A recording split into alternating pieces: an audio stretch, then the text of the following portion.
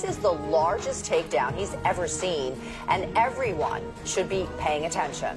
Some of the details of these arrests, well, they're just terrifying. The court documents read like a mafia movie. The suspects arrested for... The FBI is still collecting evidence, but say they've already confiscated drugs and dozens of guns. Los Angeles is burning from within. What began as a decades-long criminal partnership has exploded into open warfare on American soil. Federal officials are calling it the largest organized crime conflict in modern history, a violent clash between mafia bosses and cartel empires fighting over a drug network worth more than $10 billion.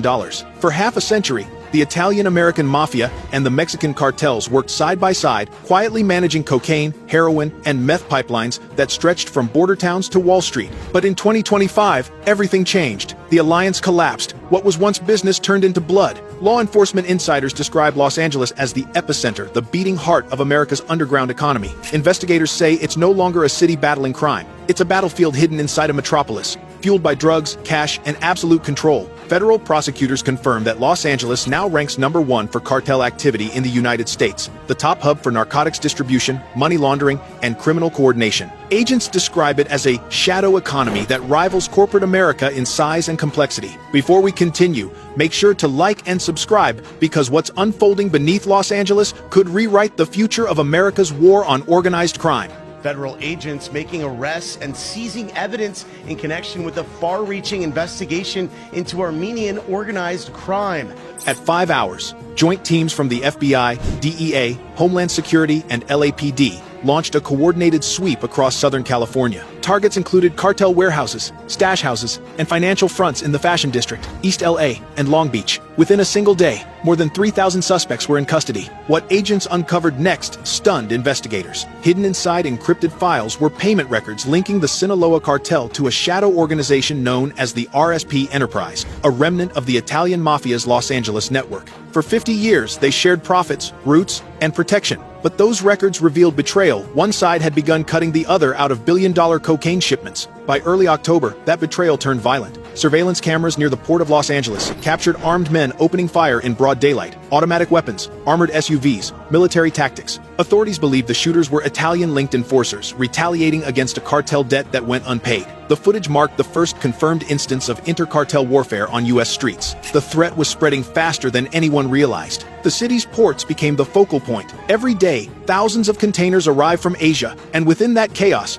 traffickers hide tons of narcotics beneath legitimate cargo. The Port of Los Angeles and neighboring Port of Long Beach now serve as twin arteries of cartel logistics. Even the LAX airport, processing millions of passengers and shipments, has become part of the smuggling equation. Authorities admit it's impossible to inspect everything that passes through. The Sinaloa cartel still dominates import routes, but factions tied to the Jalisco New Generation cartel and the Mexican Mafia have been fighting to control street-level markets. That internal war has left a trail of bodies and fear stretching from San Pedro to Pasadena. This could hit any American city next. Federal intelligence reports estimate Los Angeles distributes narcotics to more than 200 U.S. cities, meaning every suburb, every school district, every small-town police department is downstream from the chaos now consuming California. Street gangs like 18th Street and Avenues operate as local shock troops, enforcing orders, collecting money, and intimidating rivals. Their loyalty changes with whoever pays most. The fragile balance between gangs and cartel bosses has completely collapsed, turning neighborhoods into contested zones. But the danger was only increasing.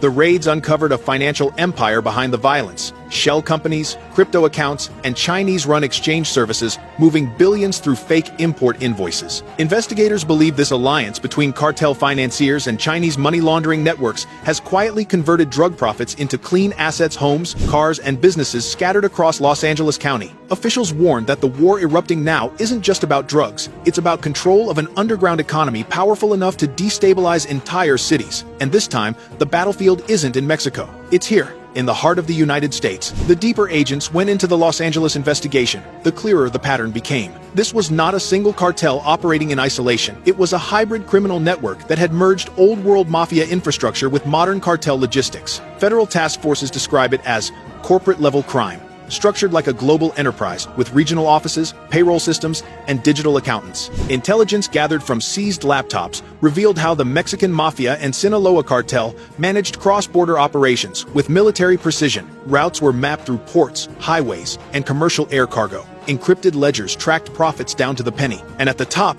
hidden in financial layers, were Italian intermediaries who once served as silent partners. They provided money laundering expertise, connections to corrupt bankers, and the front businesses that made billions look legitimate. Federal analysts estimate that the combined Los Angeles network controlled nearly $10 billion in narcotics trade, a figure verified through asset seizures, suspicious activity reports, and intercepted transactions. But beyond the money, what investigators uncovered was the evolution of organized crime itself. What agents uncovered next stunned investigators, codenamed Operation Iron Veil. The probe revealed that cartel logistics ran directly through legitimate infrastructure: the Port of Los Angeles, Port of Long Beach, and LAX. Freight containers carrying ordinary imports were fitted with false compartments. Synthetic drugs and cash were smuggled using the same shipping routes used by Fortune 500 companies. One Homeland Security report described the setup as a city within a city, complete with its own banking, insurance, and real estate systems. The cartel's laundering network used Los Angeles's fashion district to wash hundreds of millions through small storefronts that looked ordinary from the outside. Hidden behind fabric shipments and jewelry displays were cash counters, encrypted ledgers, and couriers cycling through with duffel bags of drug money. The threat was spreading faster than anyone realized. Cartel accountants used a decades-old method called the black market peso exchange, but now upgraded with cryptocurrency. Drug proceeds were converted into digital currency, transferred to Chinese brokers, and reissued as payments for imported goods. By the time the money re-entered Mexico, it looked like legitimate trade revenue. Federal agents uncovered evidence that Chinese financial operatives in the San Gabriel Valley were partnering directly with cartel representatives, providing instant digital exchanges that bypassed the banking system entirely. Investigators traced over $50 million in verified transfers within a single 12-month period. But the danger was only increasing. Cartels have realized they no longer need to hide cash in warehouses or bury it in the desert. The modern drug war is now fought through servers, not streets, laptops, not ledgers, algorithms, not accountants. With every arrest, the network simply reroutes digitally faster than agencies can react. Inside Los Angeles, this financial sophistication fuels a human cost that can't be measured. Entire communities have become dependent on the underground economy. Trucking companies, warehouse employees, import brokers, even retail managers, some know they're part of it, others don't. But all of them are operating inside a system that launders death into profit. This could hit any American city next. The same networks detected in Los Angeles are now appearing in Chicago,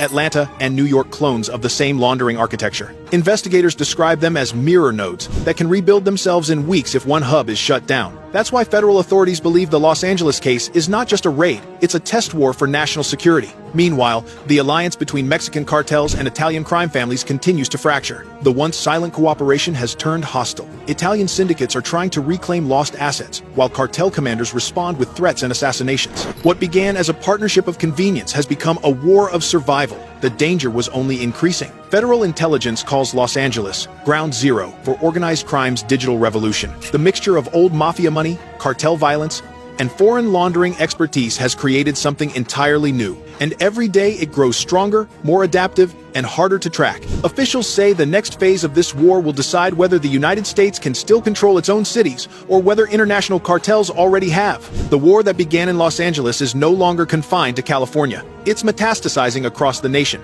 A silent invasion carried not by armies, but by shipments, cash flows, and encrypted orders. Federal investigators say this is what modern warfare looks like. No front lines, no uniforms, only pipelines of power running beneath everyday life. In Washington, intelligence briefings now label Los Angeles as a Tier 1 threat zone, the same category once reserved for international terrorism. Officials warn that the collapse of the Mafia Cartel Alliance has created a vacuum, and that vacuum is being filled by chaos. Street-level enforcers, once bound by old loyalty codes, are now freelance soldiers, killing for whoever pays in crypto, not cash. The danger was spreading faster than anyone realized. By late 2025, Homeland Security analysts traced connections between Los Angeles gangs and foreign suppliers, funneling precursor chemicals from China and Southeast Asia through Mexico. What shocked investigators was the discovery of shared distribution channels, narcotics, weapons, and human trafficking using the same transport networks. The system had fused into a single transnational threat operating beyond any single agency's control.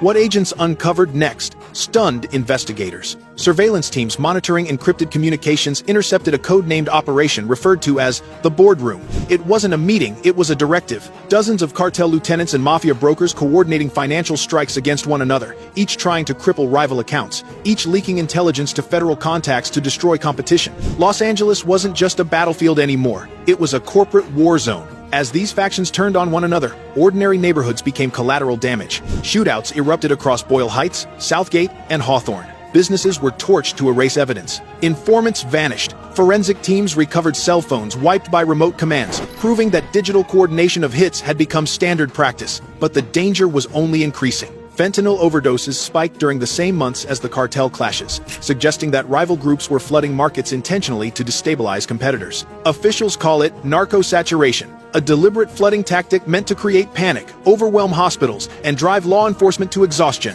This could hit any American city next. The National Drug Intelligence Center estimates that up to 200 tons of narcotics pass through Los Angeles annually, enough to supply every U.S. city for months. And while law enforcement can seize shipments, they can't stop demand. The profit incentive remains unmatched. For every shipment seized, another 3 make it through. Federal cyber units discovered something even more alarming. Fragments of cartel communication software built with AI-generated encryption, able to rewrite its own access keys in real time. This meant messages could vanish permanently seconds after being sent. One investigator called it the end of evidence. Homeland Security now describes the cartels as post-detection entities. They don't hide. They adapt faster than the agencies tracking them. Every raid, every bust, every arrest only teaches them how to rebuild. And Los Angeles, with its ports, gangs, and digital laundries, has become their prototype city. Fear was spreading faster than information. The financial systems of organized crime are now indistinguishable from legitimate commerce. Chinese currency exchanges, shell corporations in Delaware, luxury car dealerships,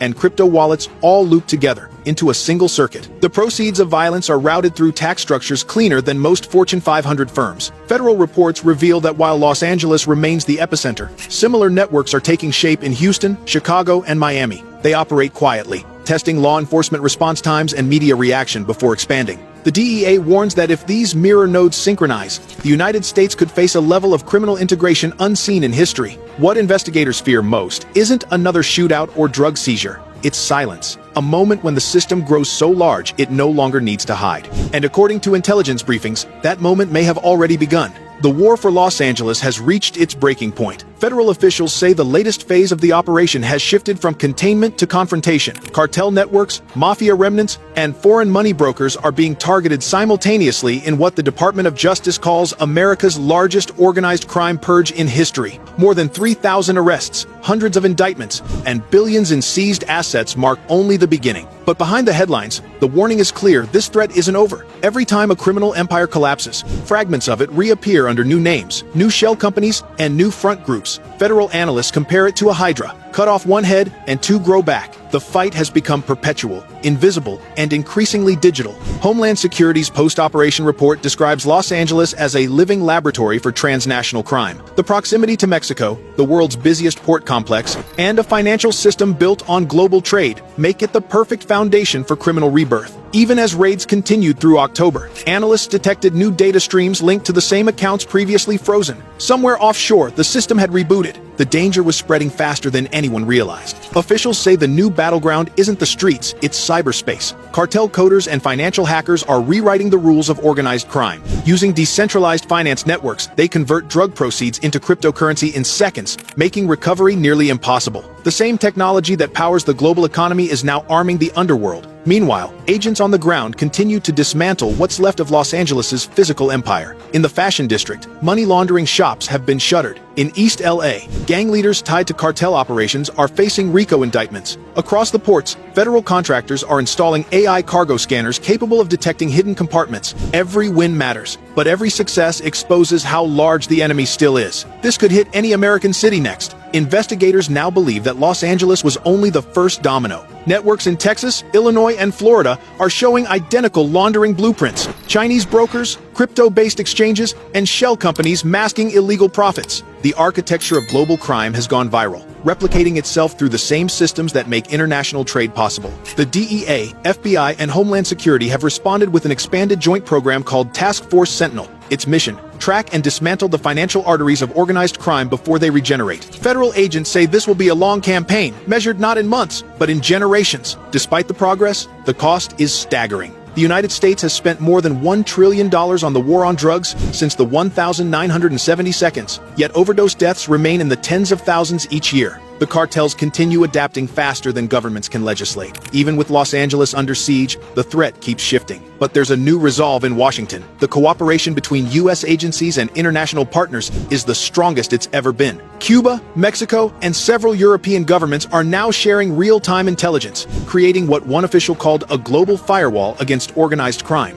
The mission is no longer to contain the cartels, it's to dismantle them completely. The fight has entered a new phase, one that blurs the line between law enforcement and warfare. Drones patrol coastlines. AI scans data in milliseconds. Financial agents trace digital currency as if it were contraband. The old rules are gone. This is the new battlefield, one that exists in the shadows, inside servers, and across oceans. If this report opened your eyes, don't forget to like and subscribe for more real-time updates on America's fight against cartels, corruption, and global crime. Share it with someone who needs to understand how deep this threat runs, because awareness is the first line of defense. The city that once symbolized fame and freedom has become the front line of a hidden war. But for the first time in decades, America is striking back, and this time, the world is watching.